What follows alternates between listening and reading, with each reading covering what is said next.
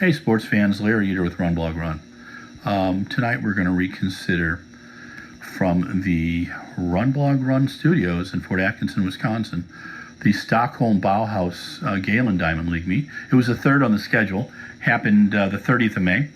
Well, let's begin. The Stockholm BAUHAUS meeting has a long, rich history in our sport. For nearly 3 decades, the same meet director, Rajni Soderberg, managed the meet with the judiciousness of King Solomon.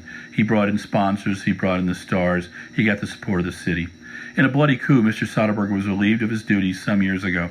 The meeting, quite frankly, has never been the same. They have never had the same quality of sponsors, and they have not had the same support from the city. This year was probably the best year since Rajne left. Truth is this, being a meet director is a no-win task. Half the people are mad at you every day. One must possess showmanship, creativity, salesmanship, and the belief that you are on a sacred mission.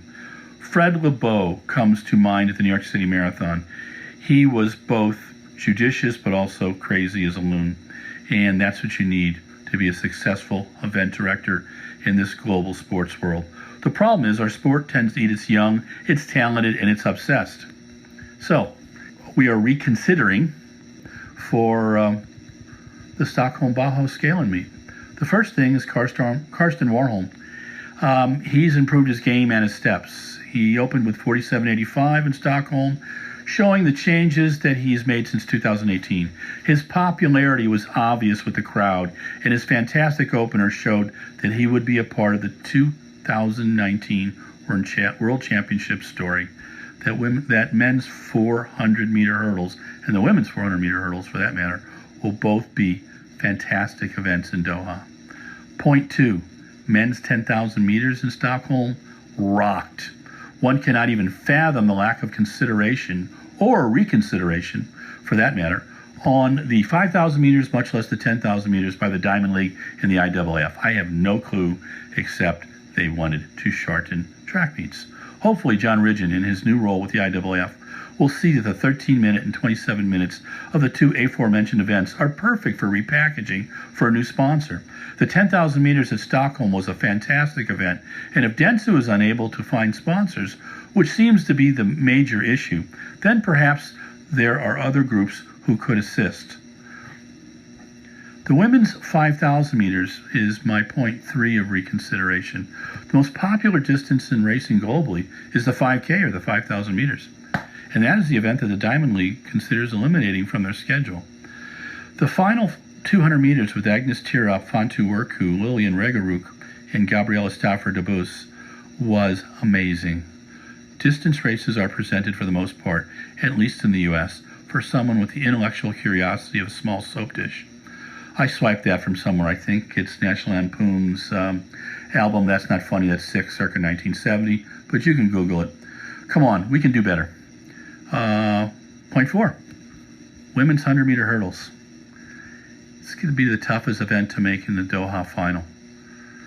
Truth is, there's going to be a lot of tough events to make in the Doha World Championships, and there's going to be a lot of athletes stuck in their countries.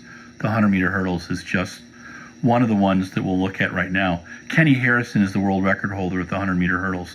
She has battled her challenges in making U.S. teams, and she seems to be focused and confident in her timing and racing. But no one's guaranteed on the U.S. team, and there will be major surprises in this event, as there will be in others. That's why we love the sport. Point 5, the story is always local with global overtones. What do I mean by that? In my 15, 20 years of observing Sir Ian Stewart and Spencer Barton in UK athletics meetings, they always kept local stars and soon-to-be stars with the global stars. It built fans, it gave the young athletes a chance to develop, and it was glorious TV. It is the big story behind the success of British athletics over the last decade. Such is the story of Stockholm's rise from the ashes.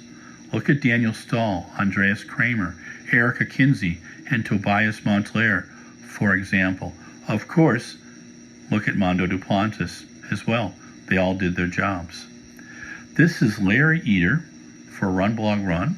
Thank you for taking about 5 minutes with me and listening to me jabber on the Stockholm BAUHAUS Galan meet. And listen to our podcast in the future. Talk to you soon.